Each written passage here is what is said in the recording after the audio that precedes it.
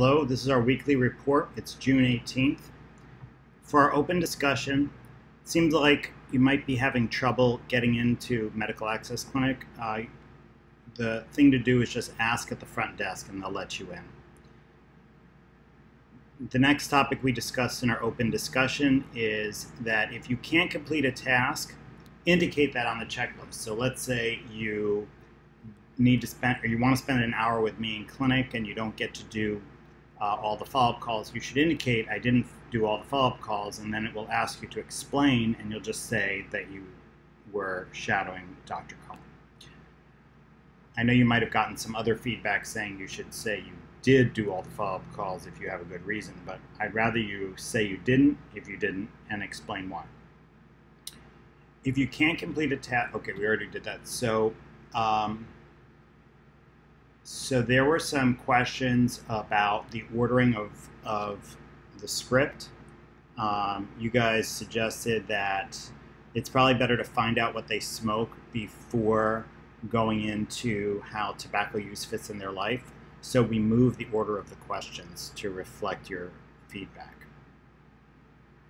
Another thing I want to bring up is that you might get, especially when you're going into a record that was created by an AmeriCorps service member previously, you might get a bunch of pop-up messages that ask you if you want to erase current field, and you'll see these pop up over and over again.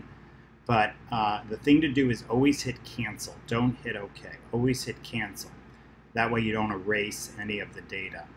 And then once you've canceled, and you finally get to the form, you should answer this question: are you an AmeriCorps service member? And click yes. What this is doing is it's identifying that the record was created by an AmeriCorps service member. This question didn't exist when they were filling out the form, and so it's trying to erase all of the data that they entered. So you need to identify the record as belonging to the service member, and then you won't get those pop-ups anymore. So Eric, I saw in your feedback that you weren't able to watch the video update. If you could just let me know if you're having problems with that, I'd appreciate it and we can help.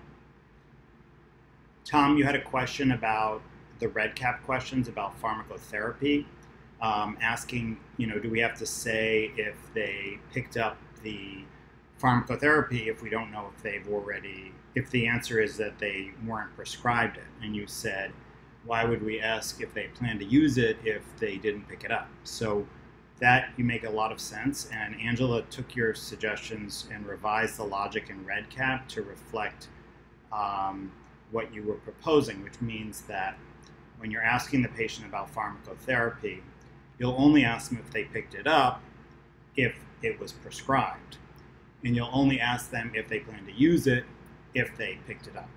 So I hope this fixes that issue.